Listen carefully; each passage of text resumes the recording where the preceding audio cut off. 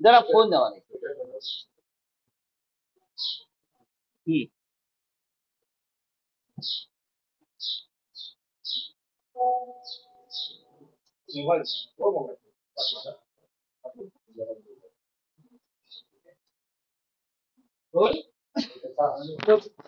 Sir, अतिवृष्टीचा पाहणी दौरा झाला राज्य सत्ताधाऱ्यांचा, परंतु एका दिवसातच सगळे पाहणी दौरे आटपून सगळे सत्ताधारी मुख्यमंत्री असतील, उपमुख्यमंत्री असतील, ते मुंबईमध्ये परतलेले असल्याचं आपल्याला पाहायचं. मराठवाड्यातला पाहणी दौरा हा एक फार्स आहे सरकारचा. गेले कधी, पाहणी केली कधी, शेतकऱ्यांच्या कुटुंबियांचा आक्रोश ऐकून त्यांच्याशी चर्चा केली कधी. 36 लाख शेतकऱ्यांचा प्रश्न आहे साधारण, म्हणजे कुटुंब. एक शेतकरी म्हणजे त्याच्यावरती 10 माणसं अवलंबून आहे. हे मानलं तर 36 लाख शेतकरी उद्ध्वस्त झालेले आहे मराठवाड्यात. साधारण 70 ते 72 लाख एकर जमीन पीक पाणी नाही, पूर्ण जमीन उद्ध्वस्त झाली आहे, शेती करण्याला लायक राहिलेली नाही. मराठवाड्यातल्या अनेक जिल्ह्यामध्ये, गावामध्ये काहीच राहिलेलं नाही. अशा वेळेला मुख्यमंत्री असतील, त्यांचे 2 उपमुख्यमंत्री असतील, त्यांनी पाहिलं काय? त्यांनी काय समजून घेतलं? त्यांनी काय मदत आतापर्यंत पोहोचवली? फक्त पाण्याच्या बाटल्यांवरती फोटो लावून पाणी वाटले म्हणजे मदत होत नाही ना, ती प्रसिद्धी आहे. आपण राज्याचे उपमुख्यमंत्री व मुख्यमंत्री आहे, तुम्हाला हे करण्याची गरज नाही. तुम्हाला शासन म्हणून मदत केली पाहिजे मोठ्या प्रमाणात, आणि बाकीची मदत ही गुप्त असायला पाहिजे. तुम्ही अशा संकटाची वाट पाहता का? अशी संकट कोसळतात कधी आणि आमचे फोटो छापून आम्ही मदत देतो कधी? मदतीचं आम्ही स्वागत करतो. कोणी केली असेल अशा वेळेला मदत जर कोणी करत असेल त्याचं स्वागत केलं पाहिजे, गरज आहे. मग तो भूकंप असेल, पूर असेल, अपघात असेल, ही आपली परंपरा आहे. पण महाराष्ट्र सरकारनं काय केलं आतापर्यंत? केंद्र सरकारनं काय केलं आतापर्यंत? काय मदत जाहीर केली केंद्राने? कोणतं पथक पाठवलं पाहणीसाठी? आणि पथक कशा करता पाठवतात?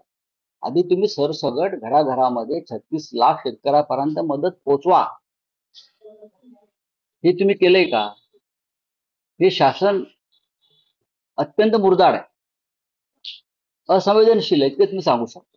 परंतु अजित पवार आज देखील दुसऱ्या दिवशी दौऱ्यावरती आहे. काल रात्री शेतकऱ्यांशी संवाद साधताना अजित पवार म्हटले की पैशांचं सोंग आणता येत नाही, जवळपास 45,000 कोटी रुपये आम्ही नाही, पैशांचं सोंग आणता येत नाही ना, मग सरकार चालवू नका. ही वेळ महाराष्ट्रावर कोणी आणली आहे? तुम्ही लाडक्या बहिणींचा उल्लेख वारंवार करू नका. लाडक्या बहिणींचे संसार त्यात वाहून गेलेले आहेत. पैशाचं सोंग आणता येत नाही ही महाराष्ट्राच्या राज्यकर्त्यांना बोलण्याची वेळ यांच्या दरोडेखोरीमुळे आलेली आहे. 9 लाख कोटीचं कर्ज, साधारण 10 लाख कोटीचं कर्ज या सरकारवरती आहे. यांना कोणी कर्ज द्यायला तयार नाही. 65,000 कोटी व्याज भरतात हे लोक. ही मराठवाड्याचा जनतेचं जे संकट आहे त्यातून कसा मार्ग काढणार? आणि केंद्र सरकार आमच्या तोंडावरती दमडी मारायला तयार नाही. काय करणार तुम्ही? शेतकऱ्यांनी कसं जगायचं मराठवाड्याला? उद्धव ठाकरे माननीय शिवसेना पक्षप्रमुख आज लातूर पासून संभाजीनगर पर्यंत हा दौरा करतायत. समजून घेऊ आम्ही काय करता येईल, कसा आवाज उठवता येईल, सरकारला कसं धारेवर धरता येईल हे पाहू ना. विरोधी पक्ष नेता ह्या लोकांनी ठेवला नाही का? तर तो हे प्रश्न विचारेल, सरकारची पोलखोल करेल, अधिकाऱ्यांना जाब विचारेल या पुराच्या संदर्भात, शेतकऱ्यांचा आक्रोश विधानसभेत मांडेल. म्हणून विधान मंडळाच्या दोन्ही सभागृहामध्ये जे सरकार विरोधी पक्ष नेता नेमू देत नाही त्या सरकारकडनं शेतकऱ्यांनी काय अपेक्षा करायची मला सांगा. महायुतीच्या आमदारांनी खासदारांनी 1 महिन्याचा पगार दिलाय. विरोधी पक्षाकडून अशा बघा, आम्ही करोना काळामध्ये, संकट काळामध्ये आमदार खासदारांनी महाराष्ट्रात आपलं 1 महिन्याचं वेतन द्यावं हे ठरवलं आणि मुख्यमंत्री सहायता निधी द्यावं, कारण संकट महाराष्ट्रात. तेव्हा भारतीय जनता पक्षाचे सगळे उपटसुंब आम्ही मुख्यमंत्र्यांच्या निधीमध्ये महाराष्ट्राला पैसे देणार नाही आणि त्यांनी पीएम केअर फंडात पैसे पाठवले. मग आता तुम्ही कोणत्या तोंडाला मुख्यमंत्री सहायता निधीला पैसे देता? तुम्ही ढोंगी आहात. हा, तुम्ही ढोंगी आणि बकवास लोक आहात. तुम्ही प्रत्येक गोष्टीत राजकारण करता. आम्ही करू ना. आज उद्धव ठाकरे जाहीर करतील पक्षप्रमुख आमचे. तुम्ही आम्हाला प्रश्न विचारू नका. सरकारला हा प्रश्न विचारला पाहिजे, तुम्ही काय करताय. उपकार करत नाहीत भारतीय जनता पक्षाचे लोक. हा, यांचे खिसे जरी झटकले मुंबईतल्या एसआरए प्रकरणात तरी 5-10 हजार कोटी रुपये सहज पडतील आता एका दिवसामध्ये. ते एसआरएचे अधिकारी जे आहेत ना, बसलेत ना तिथे. हा, काय त्यांचं नाव काय, कल्याणकर ना. हा, या टोळ्या ज्या आहेत नेमलेल्या, हे सगळे लाडके बिल्डर्स, एसआरए वाले. बघा तुम्ही एक महिन्याचा पगार देताय, 1,00,000 2 लाख द्यावं ना. तुम्ही निवडणुकीवरती 1 लाख कोटी खर्च करताय. ग्रामपंचायतीच्या, क्रिकेट बोर्डाच्या निवडणुकीत, आणि शेतकऱ्यांसाठी मराठवाड्याचा पैसा नाही. काय हा महाराष्ट्र आहे, लक्षात घ्या. ही वेळ कधी या राज्यावरती अशी आली नव्हती. पण वारंवार मराठवाड्याच्या नशिबी हे दुःख आणि यातना आणि वेदना येतात. गिरीश महाजन गेलेले होते, ज्यांना संकट मोचन म्हणून ओळखलं जातं या सरकारचं. ते ज्यावेळेस गेले, शेतकऱ्यांच्या आक्रोशाला त्यांना सामोरं जावं लागलं आणि त्यानंतर त्यांनी उद्धटपणे शेतकऱ्यांना सांगितलं की मी काय पैसे गाडीत भरून घेऊन प्रश्न तो नाहीये. संकट मोचक वगैरे अफवा आहे. ते आमदार खासदार फोडण्यापुरते आणि आमदार खासदारांना पैसे देण्यापुरते संकट मोचक असतात. शेतकऱ्यांना द्यायची वेळ आली का भाजपचा प्रत्येक नेता हा पाठ दाखवून पळून जातो. गरिबांना द्यायची वेळ आली काय संकट मोचक नसतात, मग हे दरोडेखोर असतात. बोलिये.